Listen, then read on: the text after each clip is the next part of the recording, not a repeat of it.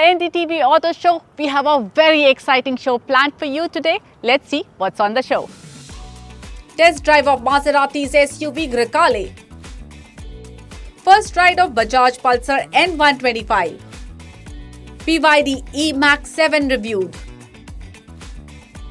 This is Maserati Grecale Modena, and that one word that comes to my mind when I see it is bellissimo.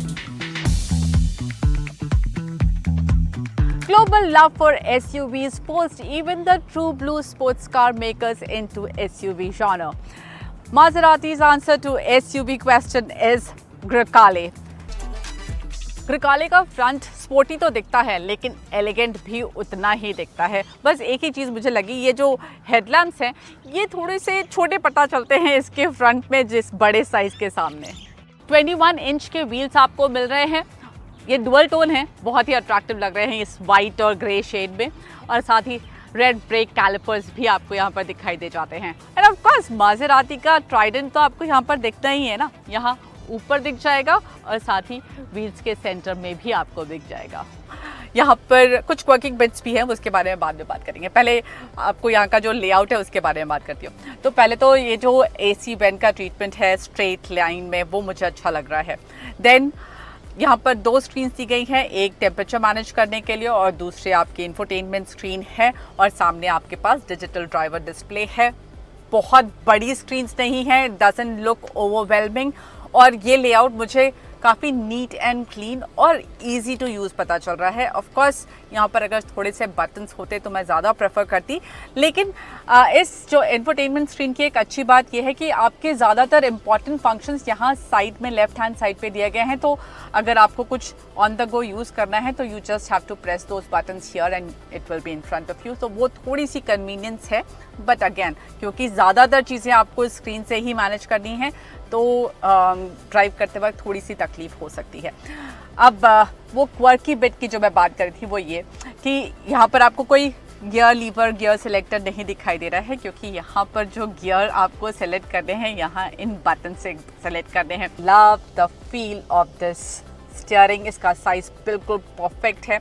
यहाँ पर बड़े size के आपको paddle shifters दिए गए हैं फॉर सेलेक्टिंग योर गियर्स। यहाँ पर आपको चार्जिंग पॉइंट मिल जाता है, दिस इज़ वायरलेस चार्जर, और यहाँ अंदर आपको एक type A type C charging point मिलेगा, और यहाँ पर आर्मरेस्ट के नीचे एक 12 वोल्ट का चार्जिंग पॉइंट दिया गया है।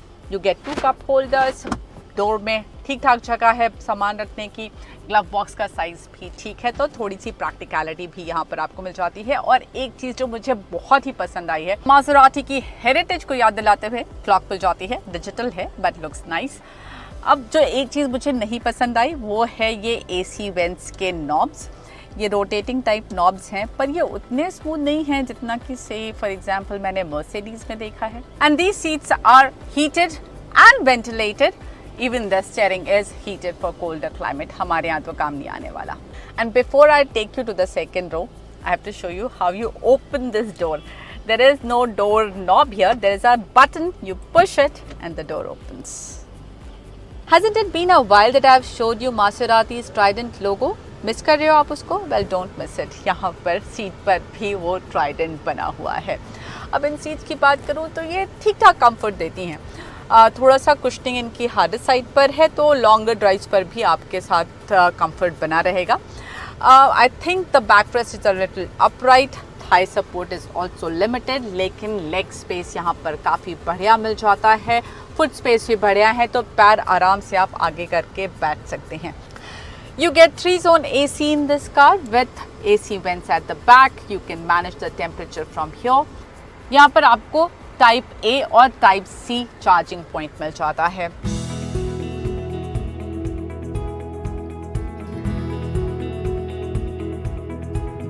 This is Grecale Modena. You get a 2-liter 4-cylinder turbocharged engine with e-boost. What is this e-boost? Well, you basically get a 48-volt starter generator which gives a boost to the engine at low RPMs. So the power delivery becomes quite smooth. Despite the fact that you get a 2-liter 4-cylinder engine, this car still is a lot of fun. 0 to 100 comes up in 5.6 seconds, and when you push it, when maybe from standstill, or you are at say 60-70 kph and you need a little burst of power, you push the pedal and the engine responds quickly and it feels eager to deliver. The 450 Nm of torque is delivered seamlessly with an even spread from 2000 rpm all the way up to 5000 rpm. The engine is paired with an 8-speed torque converter transmission. 3 modes आपको इस गाड़ी में मिल जाते हैं, comfort, GT और sports mode. GT mode में मैंने ज़्यादातर इसे चलाया है, और अगर आप जीटी मोड में या किसी और मोड में भी गाड़ी से ज़्यादा स्टिफ सस्पेंशन चाहते हैं तो आपको बस यहाँ पर ये बटन प्रेस करना है। ये ड्राइव मोड्स के लिए जो नॉब है उसी के सेंटर में आपको बटन मिल जाता है स्पोर्ट्स सस्पेंशन चूज करने के लिए। नाउ इन स्पोर्ट्स मोड गाड़ी बहुत ही क्विक रिस्पॉन्स देती है, इतना क्विक कि आप सरप्राइज भी हो सकते हैं।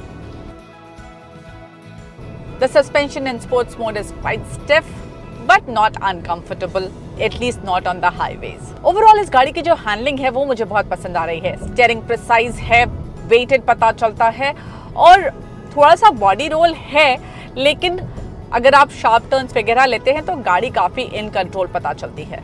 एक पॉइंट यहाँ पर मैं ज़रूर करना चाहूँगी कि इसका जो ब्रेक फील है वो थोड़ा सा वुडन लगा मुझे, बिकॉज ये हाइब्रिड है। 48 वोल्ट का जो इसका सिस्टम लगा हुआ है, उस पर रीजनरेटिव ब्रेकिंग चाहिए होगी उसको चार्ज करने के लिए, तो वो इलेक्ट्रिक गाड़ियों की जो ब्रेक फील होती है वैसा थोड़ा सा यहाँ पता चलता है। और जैसा मैंने कहा, एटलीस्ट आज की ड्राइव में I could not get used to this gear selector system here. You also have manual mode on this Maserati. काफ़ी बड़े साइज के हैं ये, लेकिन ये क्योंकि स्टीयरिंग के साथ मूव नहीं करते, तो अगर आपको टर्न पर गियर शिफ्ट करना है, अगर आप मैनुअल मोड में है गियर शिफ्ट करना चाहते हैं आप इनके साथ, तो थोड़ी मुश्किल वहाँ पर हो सकती है। What adds to the fun element of Grecale is the sound it makes.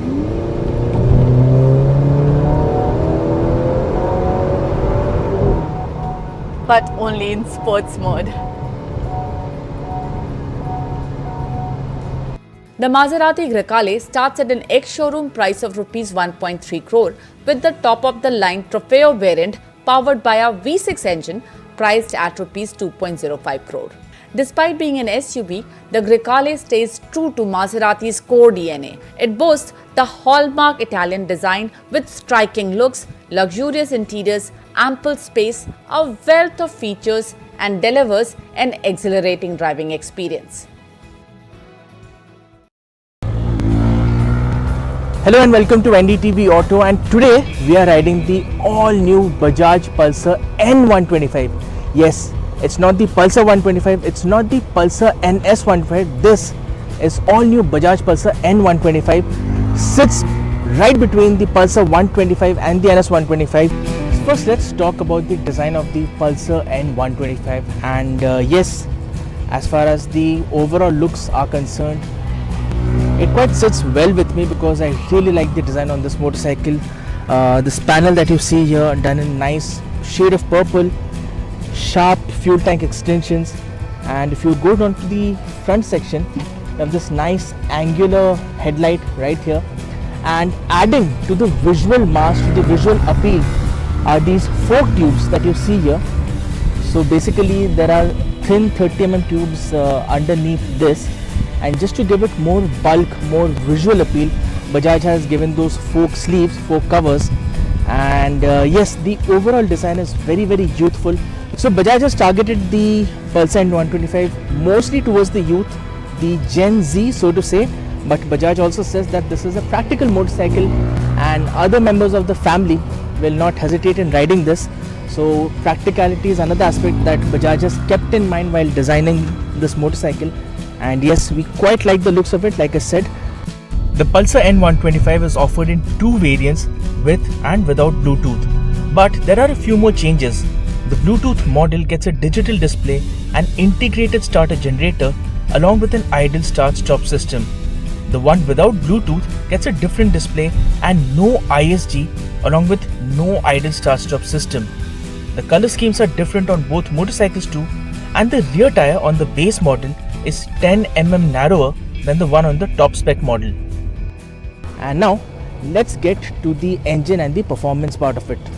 So Bajaj says that the Pulsar N125 gets an all new 125cc engine, single cylinder, air cooled of course, and the chassis is all new as well. It's a diamond frame and it has been tweaked from the other models in the segment that Bajaj has, slightly tweaked to increase the torsional rigidity and the stiffness so that the motorcycle handles better, and we'll talk about that in a bit. Coming to the engine, it makes about 12 PS at 8500 rpm. Yes, it's a high strung engine, and 11 newton meters of peak torque at around 6000 rpm. Bajaj says that 80% of the torque is available from 2500 rpm, so it is a torquey engine, and when we rode the motorcycle in the city, we felt that the bottom end grunt is quite strong and the mid range is quite solid as well. Bajaj claims that the top speed of this motorcycle is about 97 kilometers per hour, and we touched 95 or so on the highway. And apart from that, the 0 to 60 kilometers per hour sprint is done in just 6 seconds. So it's a decently quick motorcycle, and the performance, the refinement from the engine is decent. So the moment you start going higher on the RPMs, you feel this buzz, very subtle, from the foot pegs, from the handlebar, but overall the NVH levels, the refinement on this motorcycle is pretty decent. And yes, talking about the handling and the ride quality of this motorcycle, first we tested the handling and the maneuverability on this test track, and I'm happy to report that the motorcycle does really well. It tackles sharp corners really well, it stays planted even when you're leaned over, and the grip from the tires is pretty decent. And if you were to talk about the ride quality of the motorcycle, well, the suspension front and rear, it gets a travel of 125 millimeters at both ends, and it is decently sprung, decently set up to tackle most speed breakers, most undulations on the road, as long as they are not too tough. And the motorcycle also has a ground clearance of 198 millimeters, which is perhaps the best in the segment as far as 125cc bikes are concerned. It has a seat height of 795 millimeters, not too tall and not really low either.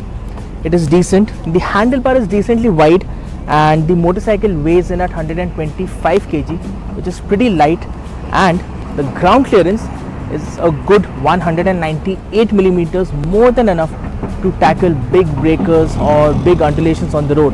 And yes, it feels nice and easy to ride in the city because it's light, it's flickable, it's nimble, and you'll enjoy filtering through traffic on this motorcycle. Welcome back. You're watching the NDTV Auto Show. Chinese giant BYD has launched its MPV eMax 7. Anirban Mitra gets you the review. Back in 2022, when E6 came to the Indian market, we barely knew about the brand BYD. Fast forward to 2024, things have changed remarkably thanks to a few brilliant products. मैं बात कर रहा हूँ Atto 3 और BYD Seal की, जिन्होंने इस brand का रुख बदल के रख दिया है. Now it's time to welcome the successor of E6 in the form of eMax 7. Essentially ये एक 3-row electric MPV है.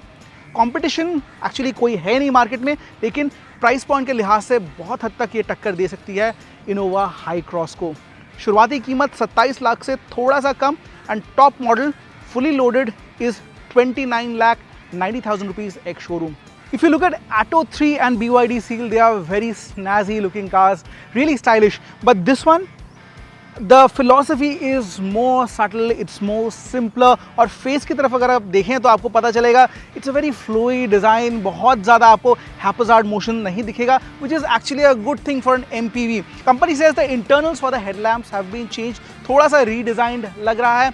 Dimensionally it has not changed, it stands over 4.7 meters in length. The wheelbase is 2.8 meters, marginally less than the Innova High Cross. जो alloy का design है वो पहले के मुकाबले चेंज हो चुका है. This is more like 5-spoke Y-shaped design. It's a connected unit, और ज़्यादा अपीलिंग लग रहा है. पहले वाला थोड़ा सा ड्रैब सा डिज़ाइन था. Internals are also new. जो टेलगेट है ये भी अब इलेक्ट्रिक बन चुका है, which is actually a good thing. You're spending quite a lot on this car. लेकिन थर्ड रो आने की वजह से बूट स्पेस में बहुत ज़्यादा कटौती हुई है. लगभग 180 लीटर का बूट स्पेस आपको मिल जाएगा if all 3 rows are up. जो पहले E6 आती थी दैट वाज अ 5-सीटर वेरिएंट, तो आपको यहाँ पे स्पेस ढेर सारा मिलता था, चाहे बूट स्पेस की बात करें या फिर मिडिल रो में leg room. Things have been reprofiled. तो यहाँ पे अगर आपको थर्ड रो एक्सेस करना पड़ेगा, you have both the options, मतलब कैप्टन सीट वेरिएंट भी आता है, बेंच सीट भी आता है. Bench seat is slightly higher price than the captain seats, और इन्हें टम्बल करके आपको पीछे जाना पड़ेगा. And this is the amount of aperture that you get to the third row. अब देखिए ये जो सीट है बहुत आगे की तरफ धकेला गया है. So you get good amount of leg room. Thigh support is 0. Head room 6 foot के व्यक्ति के लिए ठीक है, लेकिन if you are very tall you will not find comfortable. 2 adjustable headrest दिए गए हैं. You have 2 cup holders for the third row. AC vents भी दिए गए हैं. There is grab handle and you have a decent size quarter glass. Claustrophobic feel नहीं हो रहा है, and the big reason being this huge sunroof that almost runs down to the second row. Initially मैं कह देना चाहता हूँ E6 से कंपेयर करेंगे तो यहाँ पे ज़रूर स्पेस की कटौती हुई है. You don't have that free flowing space to move around your legs. थोड़ा सा कम ज़रूर आपको फील होगा. The closest car that comes to my head is the likes of Hector Plus and the Safari. So all that much space is gone thanks to the third row, लेकिन feature appointment is good. You have dedicated AC vents, you have dedicated USB charging port for the second row, a big sunroof almost to my head. The glass area is good. The fabric is now changed. It's more this mocha brown color, ये dark tan brown color का इस्तेमाल हो रहा है. ज़रूर premium feel होता है. Few features that I think should have been considered, जैसे कि second row passengers के लिए भी ventilation provide करना चाहिए था. This will feel really sweaty in Indian conditions. Sun blind भी शायद consider कर सकती थी company with this car, especially the top model. E6 जब मार्केट में प्रेजेंट थी, fleet owners really liked it. One, thanks to the range and also space उस गाड़ी में बहुत ही बढ़िया था. अब कंपनी थोड़ा पर्सनल यूज सेगमेंट में भी थोड़ा फोकस करना चाहती है विद दिस eMax 7, और फीचर एडिशन भी उसी डायरेक्शन में हुए हैं. For example, it's still that huge rotatable screen. It's a 12.8 inch screen and touch of a button. This rotates from vertical to horizontal and vice versa. The 360-degree camera is also nice. The visuals are crisp and you can play around. You can have a look from different angles. Wireless charging pad add हो चुका है. The gear lever and the central console area has also been redesigned. ये जो gear selector knob है ये थोड़ा premium लग रहा है पहले के मुकाबले. This has been changed. मुझे लगा था कंपनी इसे भी थोड़ा अपग्रेड कर सकती है. This feels a little bare plastic. ऊपर ये जो प्लास्टिक इस्तेमाल हो रहा है, this feels a little too cheap for a car that costs roughly 30 lakh rupees. Also ये देखिए inside rear view mirror ये भी manual दिया गया है. These things could have been touched upon. ये चीज़ें चेंज की जा सकती थी. However, the front seats are electrically adjustable और इनका जो सपोर्ट है, padding, cushioning, everything is actually quite likeable. जो स्टीयरिंग व्हील है ये भी चेंज हो चुका है. This is a new steering unit and यहाँ पे नए कंट्रोल्स आ चुके हैं. These controls are for level 2 ADAS, which again on the safety front has a step up in this car.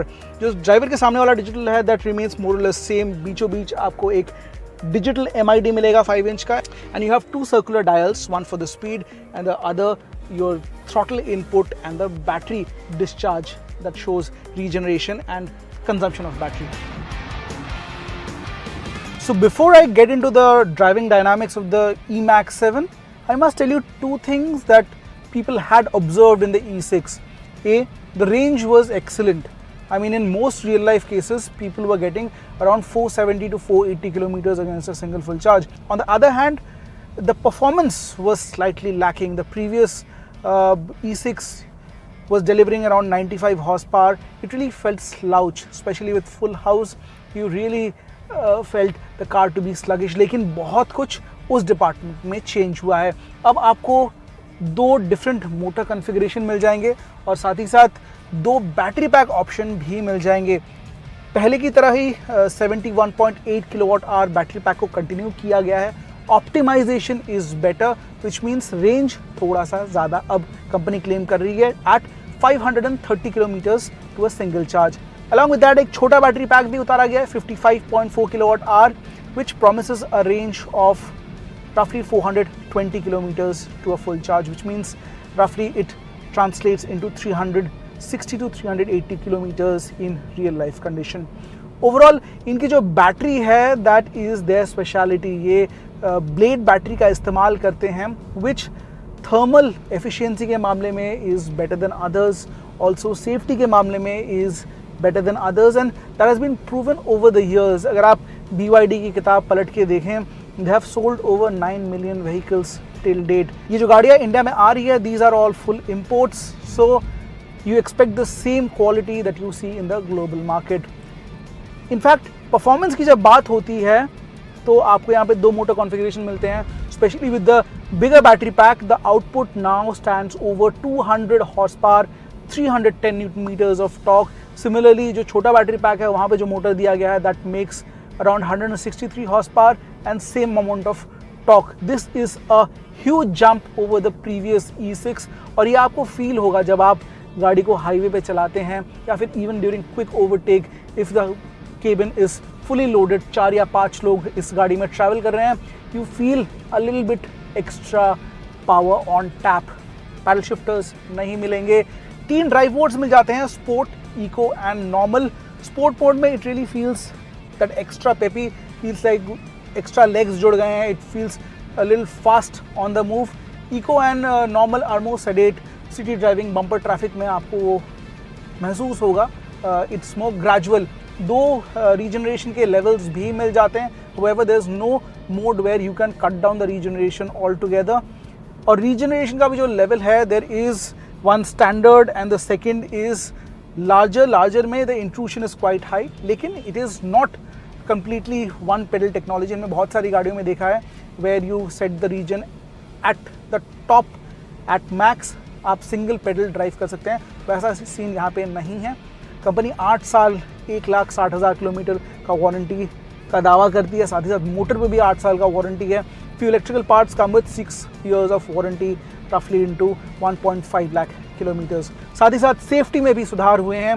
ADAS level 2 have kicked in. आपको बहुत सारे ऐसे फीचर्स मिलेंगे जो रियल लाइफ में इम्पैक्ट करते हैं. फॉर एग्जांपल रिवर्सिंग असिस्टेंट या फिर ब्लाइंड स्पॉट्स. अगर गाड़ी निकल रही है, it kind of gives you an alarm. अगर आप बिना नज़र दौड़ाए अगर दरवाज़ा खोलने की कोशिश करते हैं, the alarm system beeps and lets you know. Similarly अगर आप हाईवे पे चल रहे हैं तो lane departure warning, all these collision avoidance, all these factors really come in, and level 2 ADAS की जो importance है वो आपको और ज़्यादा महसूस होती है इस गाड़ी के साथ. एक 7 किलोवाट का AC wall box charger company free of cost provide कर रही है, which roughly takes 10 hours to fully charge the battery. India में मोस्टली 50 किलोवाट का फास्ट चार्जर अवेलेबल आपको दिख जाएगा इन पब्लिक इंफ्रास्ट्रक्चर.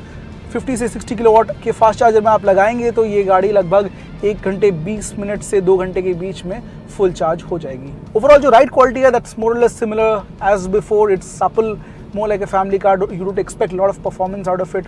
2 ट्रिम्स में इस गाड़ी को उतारा गया है, premium and superior. In fact the superior one which we are driving, it's full of bells and whistles.